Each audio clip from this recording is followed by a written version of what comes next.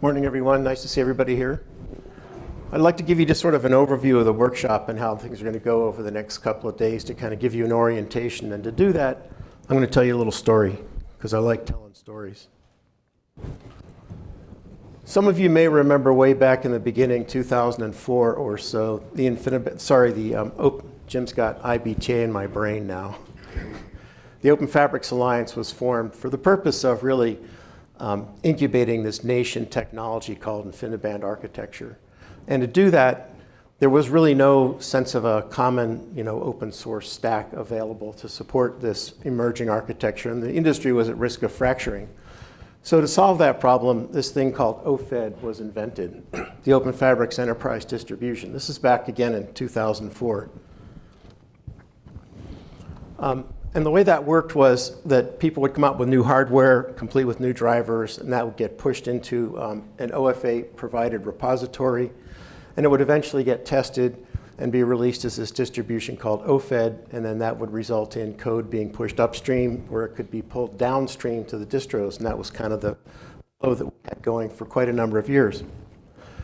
And then along the way, sort of an interesting thing happened. I don't remember the year. Maybe Doug does. It was 2014, I'm guessing, something like that.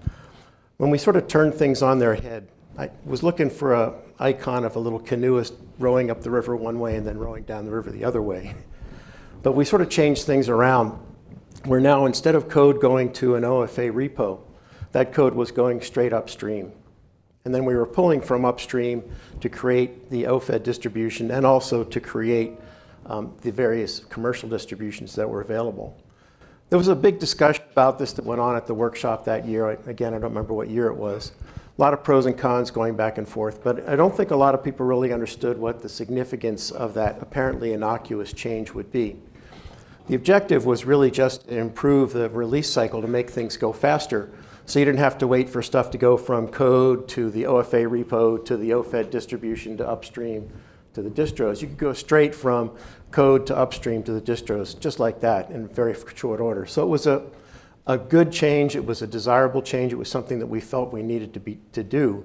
But it did have kind of sort of long-term ramifications, some of which we deal with today. And that's kind of motivating a lot of what this workshop is about today, which is why I went through this kind of little story. So let me see, what did I say here? One of the implications of this whole thing was it opened the door for OpenFabrics really to move from an the OFA distribution to move from an OFA sponsored repo into a open community kind of sponsored repo on GitHub. And that's exactly what happened. The open community turned around and embraced all the code that we had developed and moved it into a GitHub repo and began managing it and maintaining it as an open source project, which is great. This is exactly what we were hoping would happen. Way back in 2004, we really hoped that the InfiniBand architecture and the code around it would get to the point that it was accepted and embraced by the open community, because that was part of what we were trying to do.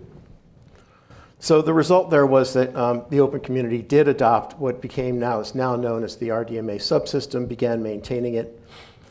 So that kind of was a great milestone for us, and we kind of kept on going with that model for a couple of years. But eventually we came to think that, if we're no longer maintaining this thing called the OpenFabrics software stack, and there were no IP issues associated with that because it's now all upstream and open source, we needed to rethink who we were as an organization. Fundamentally, our mission was really changing.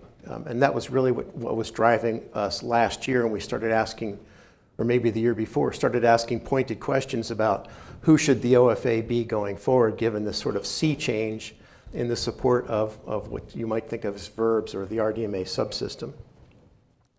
So that drove us to rethink our whole bylaws. Because the bylaws, as they were originally written, were very much oriented around maintaining the OpenFabrics software stack, the IP issues associated with them, how you go maintaining stuff like that, all the governance models around that were all about maintaining this thing called the OpenFabrics software stack. But that had now moved into open source, so it was no longer a real pressing issue for us. So that drove us to rethink what the bylaws would look like, and that led us to a fundamental issue about what is our mission, what exactly is the OpenFabrics Alliance about, why are we here, and what are we doing? So we put ourselves through as kind of a torturous task of thinking about what our new mission really ought to be. And I think we announced this at the workshop last year, and it was rolled out over the summer, kind of a relaunch exercise. But here it is kind of for review. The mission of the OpenFabrics Alliance, I'll read it to us because it's worthwhile.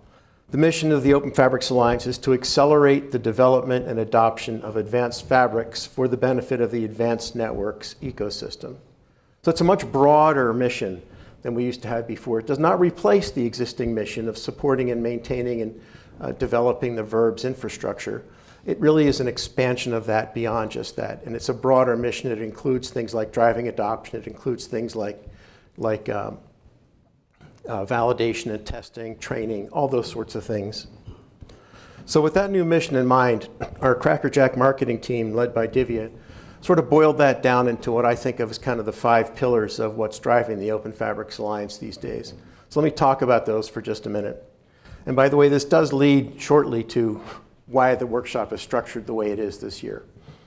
But the first was enable the development of what we're now calling advanced network software. So that includes not just verbs, it includes libfabric, it includes any other kind of API that may come along that we think is important to be developed and maintained. And when I say we think, what I'm really saying is what the Alliance members want it to think. It's not me, it's what the Alliance thinks. Second was to provide a forum for collaboration. Hey, that's why we're here. Communication and education to support fabric technologies. So it's all about collaboration, which is kind of a central theme that runs through who the OpenFabrics Alliance is these days. Promote fabric technologies, including emerging usages. So this is the promotion part of it. So there's a marketing angle to this. It's not just pure marketing. It's really about promotion. And that promotion means more than, just make people aware of it. It means making people aware of it and making it possible for people to access this stuff, providing them what they need to do that. Provides programs to support fabric technology such as training, and you'll see some of that at the workshop this week, which is a pretty exciting new program we've got going, courtesy of Doug Ledford sitting in the back there. Those who may not recognize Doug because he's not wearing shorts, and it's kind of hard to figure who that guy is without shorts is. And the last is facilitate partnerships with related organizations and communities such as SNIA, Linux, kernel communities, and others. So the recognition is it's not just something that the Alliance does in a vacuum. We are stronger if we are partnered with fellow traveler organizations who are thinking along the same lines we are and doing the same sorts of things that we are. So we've been pursuing that in the past year or so. So what does that mean for the workshop? So we sat down and asked ourselves, the technical program committee drove this discussion, what is it that we wanted to do this year? And we wound up with these 6 7 sort of areas of focus, which is the way that the agenda this year is structured. I'll show you that in just a minute. But there's a whole bunch of collaborative activities going on. Again, this theme of collaboration sort of permeates everything that we do. So don't plan on just sitting in the audience and listening. Spend your next 2.5 days talking to people around you, working with people. We're going to provide opportunities for you to do that, but also take advantage of the fact that you're in an environment that doesn't happen very often. It's often been said that this is the only organization in the world that does this kind of thing for this kind of work, and that's probably true. So the collaboration, there's a lot of collaborative activities going on, and that supports this pillar of, provides a forum for collaboration, communication, and education. Makes perfect sense. Next is we're going to be focusing on the libfabric design and implementation because there's a lot of activity going on in that area right now. So that's part of this enable the development of software for fabrics. That is a core part of what we do as an alliance, is to develop software or enable the development of that software. Next is there's a whole section on fabrics and technology. It's funny, we came up with sort of 4 things that we wanted to do this year. And there really wasn't one for, I just want to talk about the next generation of X. We left that out altogether. So we added this section called Fabrics and Technologies. And that emerged when we looked at the proposals that were coming in. They didn't fit in any other category, but wow, boy, we missed that one. So we added this thing called Fabrics and Technology. And that's about promoting fabric technologies, which is key to what we do. People in this room are key to driving where the industry is going as far as networks and network technology goes. The next one was network consumers and runtimes. So there's been a big push going on in the OpenFabrics Alliance for a number of years now to draw in those that live at the layers above us in the stack, the consumers of network technologies, network services. Because those are the people ultimately who wind up driving the kind of networks that we want to deliver. And we want to deliver networks that meet the needs of the consumers. So we're reaching out and trying to pull in the consumers of network services. And you'll hear a couple of talks about that today. Next one was administration, management, and deployment. This is an area that we've experimented with trying to get a lot of activity going with some level of success in years gone by. For a while, we were running a thing called the Users Day, which was kind of a workshop that was attached to this one, but it was really focused on admin people. Ultimately, that got rolled back into the main workshop. But I haven't given up on making that a key focus of what the Alliance is doing. I'm fostering this hope here that we'll ultimately wind up with a new working group focused on administration, management, and deployment. So we'll see how that goes. Next one was interoperability. This turns out to be kind of a key focus for what I think we're going to want to focus this year on in the OpenFabrics Alliance. Rebuilding our interop program, giving it a great deal more value than it has right now. It started out as an incredibly valuable exercise because, again, we had, way back in the beginning, 2004, we had, a number of small vendors all coming out with new hardware. We had this new OFA enterprise distribution and no way to guarantee to the industry that any of the stuff worked together. So we invented this interop program to sort of fill that gap. And that's worked really well for a number of years. But as you'll see a little bit later, the value of OFED hasn't exactly diminished, but it's been eclipsed to some extent by standard commercial distributions, which is, again, a function of that change in direction that we undertook a couple of years ago. So we're going to spend a lot of time in 2019 revamping the interop program, and that's going to be a focus of this workshop and a focus of the OpenFabrics Alliance this coming year. The last one is remote persistent memory. This is all about enabling development of software for fabrics. So there's this exciting new technology emerging, and what does that mean from a network perspective? So those are kind of the way that we built the workshop to sort of support the pillars that emerged as we thought about what the new mission for the OpenFabrics Alliance was going to be going forward. So as you can see, it's a pretty exciting world that we live in.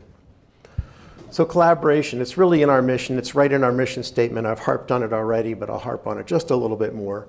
It's really important if we're going to move things ahead that we all be able to collaborate. And that's exactly what the OpenFabrics Alliance does. It provides an environment where we can do this sort of cross-company, cross-organization collaboration. So there's a whole bunch of things going on this week, this next 2.5 days, to support collaboration. These sessions are all expected to be interactive, so again, don't expect to sit there and just listen, expect to talk and expect to add your voice and your questions to the presentations as they unfold.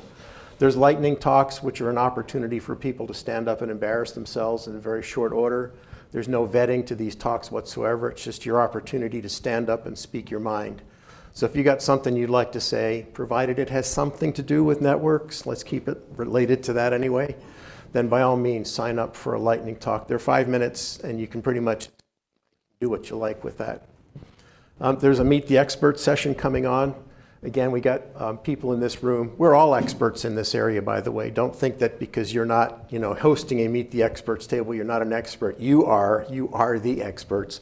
But again, it's an opportunity to sit in an informal basis, exchange points of view, and discover something you maybe didn't know. There's a networking reception, which is basically free beer. So come have free beer and free wine. There's BOFs going on, birds of a feather, for the idea is to incubate new ideas and see where we can take them. And some other things going on. There's an annual general members meeting, which is really about the management of the OFA and what we want the Alliance to be going forward. And there's a town hall, which is just an opportunity for you to kind of vent about what you think about the Alliance, what you think about the weather today and how you feel about this venue and what you think about, let's stay away from politics, but so just an open forum. There is one important thing that happens at the town hall that I'll get to in just a second. So one of our pillars there was provides programs to support fabric technologies such as training.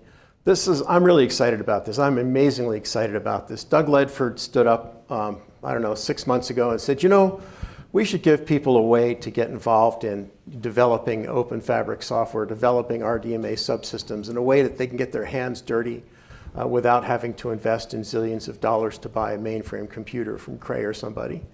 And we want to be able to provide some way for people to do that easily. So he volunteered all of his own volition to put together this tutorial. And that's going on during the course of this workshop. It's happening in a series of, it happens twice, so there's 2 parallel tracks. You can do it either the first one or the second one, whatever fits your schedule better. And it's today and tomorrow, and again twice both days. And then there's office hours on Thursday. And the objective here is by the end of the workshop, you should be able to go home with a working RDMA-based cluster running on your laptop.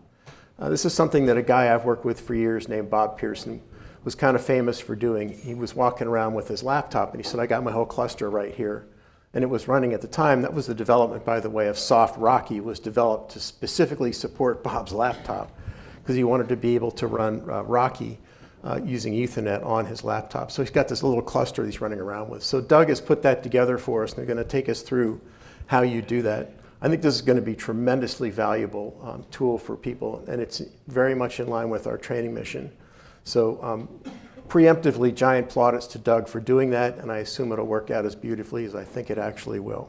So take advantage of that opportunity.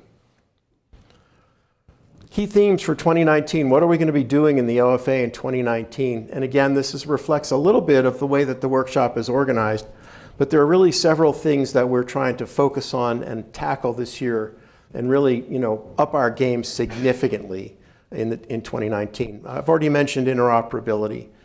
There's going to be a session about this on Thursday. I'm going to do a session together with Tatiana Nikolova. Is she here?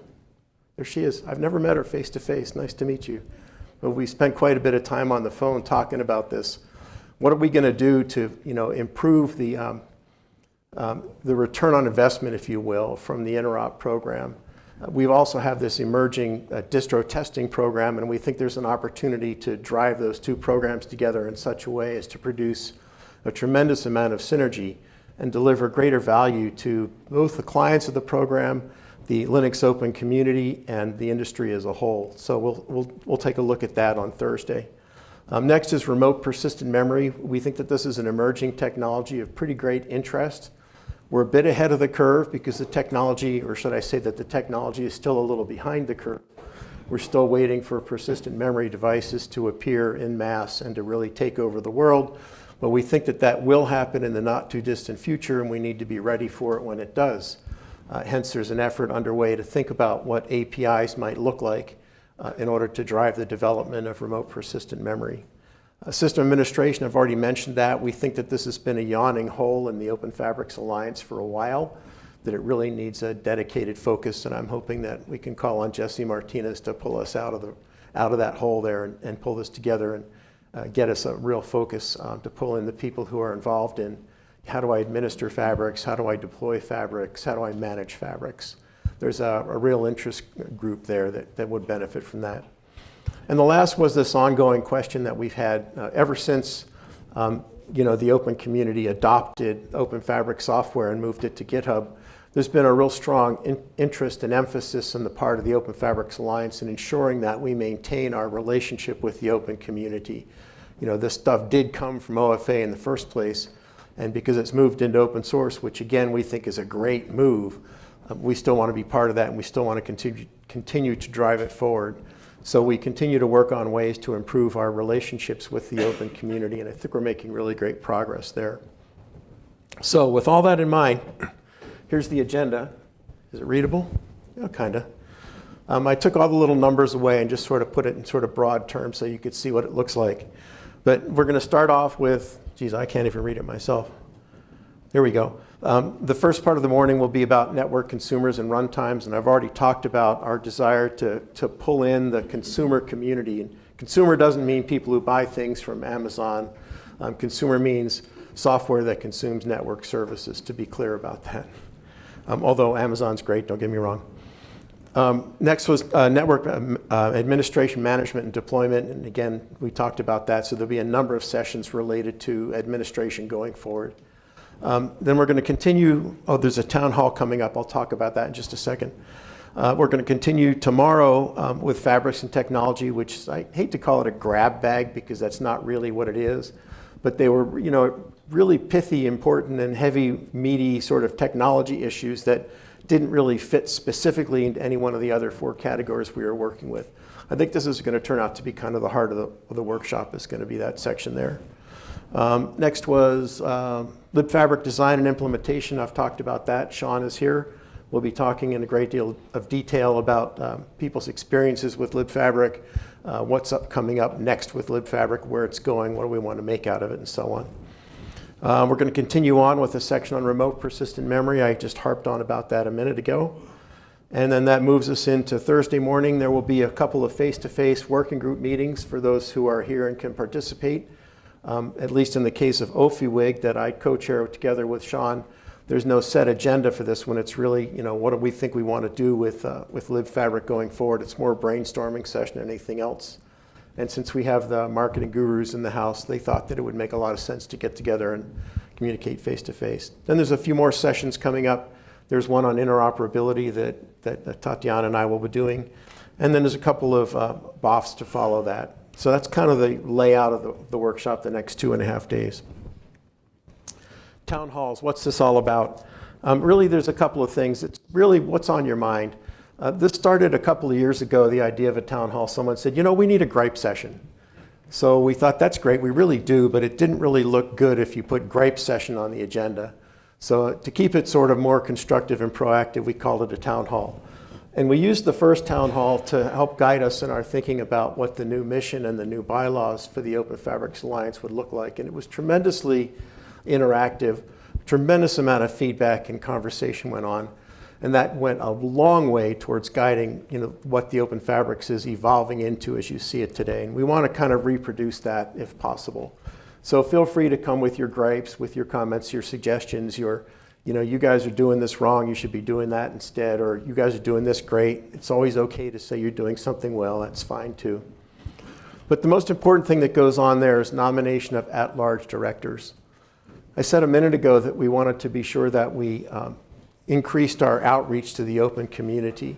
And one of the ways we did that is by creating this notion of at-large director positions on the board. There are 2 of them.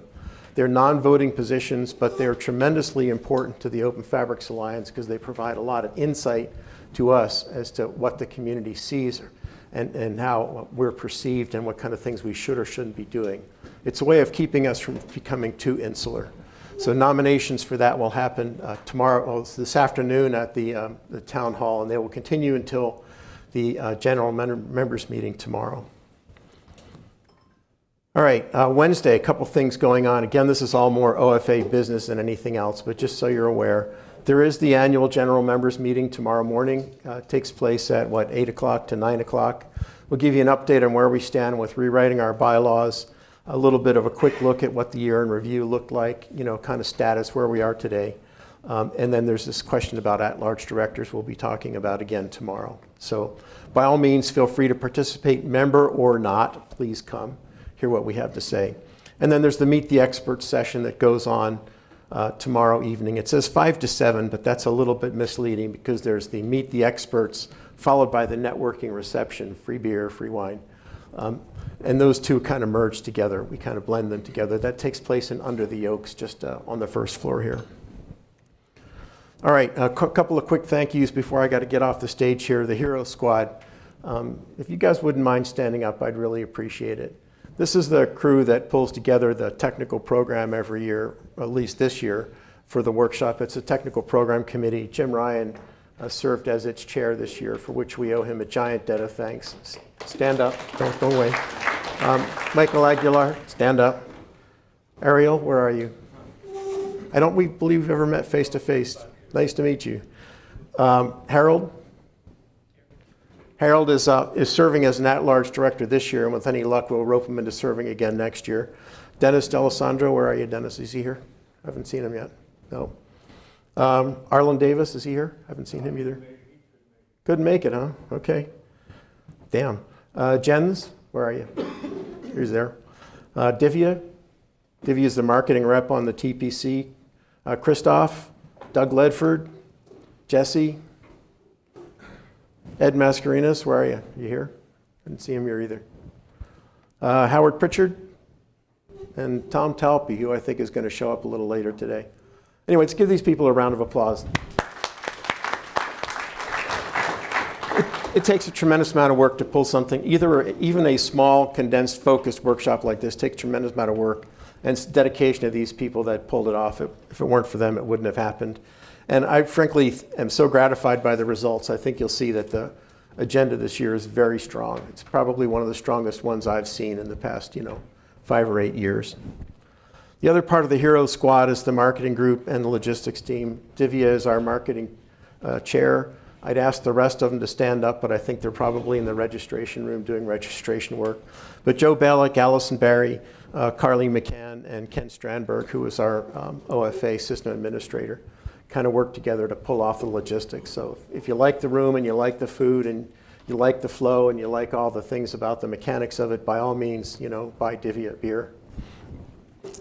Okay, I got one last thing to say, and that's surveys. You should have gotten in your email any second, just seconds ago, about the surveys. So please, please, please fill out these surveys. The way this works is there's a little cookie, so you fill out the survey kind of a rolling basis as you go. It will remember where you were last. So as you're sitting through the session, do it right then. Right then, go out and fill out the survey on that particular session before you forget about it. Don't think you're going to do it tonight, because you're going to get wrapped up in watching some silly movie and you'll forget all about the survey. So do it as we're rolling along so we get these surveys. I can't emphasize enough how important this kind of feedback is to the Alliance and the planning teams that pull this workshop together. So if you want a different kind of a workshop that gives you different kinds of input, the survey is your way of letting us know that, as well as any kind of face-to-face comments you have. So that's the workshop this year. Enjoy.